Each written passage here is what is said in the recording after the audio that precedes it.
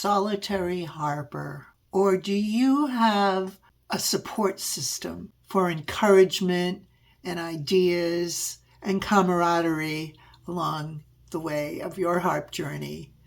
Today, let's talk about harp communities.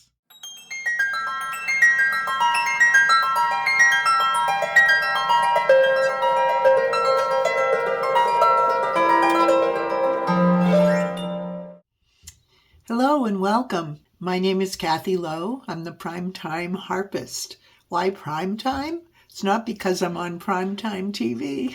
It's because I think I'm in the prime of my life, when I have the time to learn new things. And the big new thing I've been learning for the past 8 years, since I was 68 years old, is how to play the harp.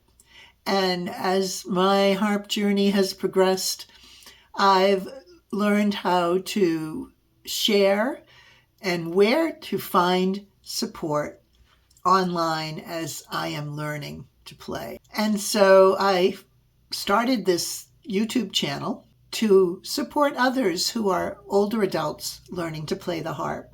And I hope that the videos that I share with you will provide you with encouragement and help you, hopefully, to avoid some of the mistakes and pitfalls that I encountered along the way, and also to encourage you to keep on learning this beautiful instrument. So, hello and welcome, and thank you for watching or listening. If you're listening to the Primetime Harpist podcast, I'm glad you're here, whether it's your first time or whether you've been with me for quite a while now. So today, let's think about what it's like to be a solitary harpist. Is that your story? Are you alone in the world of harps? Do you practice on your own, learning as you go? Or have you found ways to get instruction and feedback and support that will help you progress? So I've kind of been a combination of both. I had some private lessons, not many. I worked on my own quite a bit, and then was forced to work on my own all the time once the COVID lockdown started. And that's when I started looking for resources beyond the books that I had been using and had purchased on my own, the typical ones that many of us start with, that I've talked about before. And I'll link something here that to another video where I talk about the different resources that I discovered, the books that I used and can recommend. But started looking online and found on Facebook, first of all, and through Patreon, some harpists who had formed their own pages or Patreon groups that were encouraging people who were learning to share what they were learning amongst the group. So that was the beginning. And some of the harpists that were going online eventually also, although they started out mostly in Patreon or Facebook, eventually started up their own YouTube channels, as did many of us who were learning to play, because we wanted a way to share our music with other people. We wanted to see each other playing. And so over the time of the lockdown and since, some of these have evolved into excellent resources for beginning harpists. And the best thing I've found about these harp communities, besides getting a lot of ideas from other people, watching other people play, looking at their technique, hearing the music they played, finding music then that I wanted to also learn to play. One of the best benefits, though, beyond all of that, is the friendships that have been formed. I've made friends with harpists all over the world. I've been able to travel to different kinds of gatherings of harpists and meet even more harpists from all over the world. And so if you're not participating in some kind of an online harp community, unless you really have a robust harping group in your area, people you can get together with and play harp with, or even an ensemble you can play harp in. If you have that resource available in real life, you're very fortunate. But many of us are in areas where we might be the only person we know who plays the harp. We don't know anybody else that we can call up and say, hey, why don't you come over and we can play some harp pieces together? Or is there a group you can play your harp with? So for me, if it weren't for these online communities, I would be very isolated and not have learned half of what I have learned since I started to play. So what I'd like to talk about today are 2 harp communities that I am a member of, and what I get from them that I would like and hope that you would consider also becoming a member of. So one of them, in the first community that kind of evolved out of Facebook and Patreon that I was aware of, was Christy-Lyn Murray, who is a harpist in South Africa. She started on Facebook with Learning the Harp Together, which was a page that was aimed towards other people who were, guess what, learning to play the harp.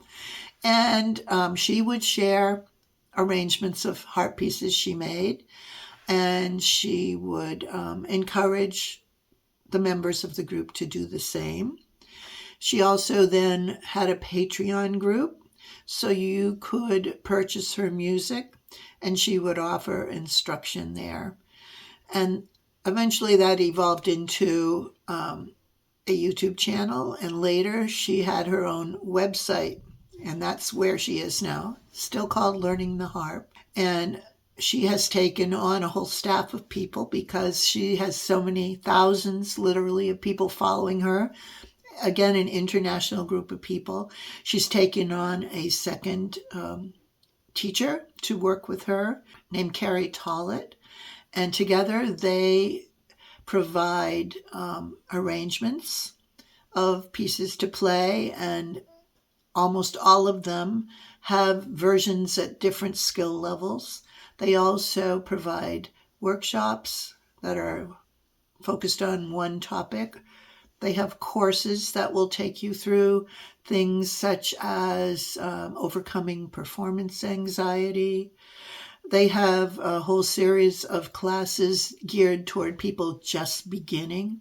They have a series on learning to read music. I'm going to be taking a class soon on musicality, and they've invited in a guest teacher for that, who's Stephanie Clausen, who's a harpist that I've become aware of online. So Learning the Harp, the way it works is you become a member, which gives you access to many of the resources that I just mentioned. And then the music there, the arrangements must be purchased for an additional fee. And also the courses that you take require an additional fee. But just to become a member and to have access to materials that other members can access, like technical studies and things like that, and also the online groups that get together, that requires a monthly or a yearly membership fee. So there is a cost involved with these communities if you want access to good teaching and high quality resources. But I would say it's not nearly as expensive as if you were taking regular private lessons. So that's something to consider. So that's Learning the Harp. The other community that I came to follow a little later on in my progression is called How to Harp. Heather Downie, who's in Scotland, started that as a Facebook group. And now she, just like Christy-Lyn, has her own whole website. She has a harp community, and she has, again, a membership fee that gives you access to some of the resources. And for full access requires you to become a member, but you can also pay for some things without being an actual member. So similar types of things are available, but with different her own different personality and twist. Online lessons. She brings in guest harpists who do workshops and also concerts. She has a podcast where she interviews different harp players from all over the world and also harp learners. I was once one of the harp learners that she interviewed on the podcast. Lessons, again, many series. She calls them pathways for people at different levels. So there's I think she calls it a pre-beginner pathway for someone who's never touched the instrument, maybe doesn't read music or anything. Then there's beginner and post-beginner and early intermediate and advanced. She has pathways for the different levels where she gives monthly lessons, teaches a song, teaches different techniques. And then there's a whole wealth of arrangements that she has written and shares. She too has brought on a second teacher, Angela Boritson, who's in the UK.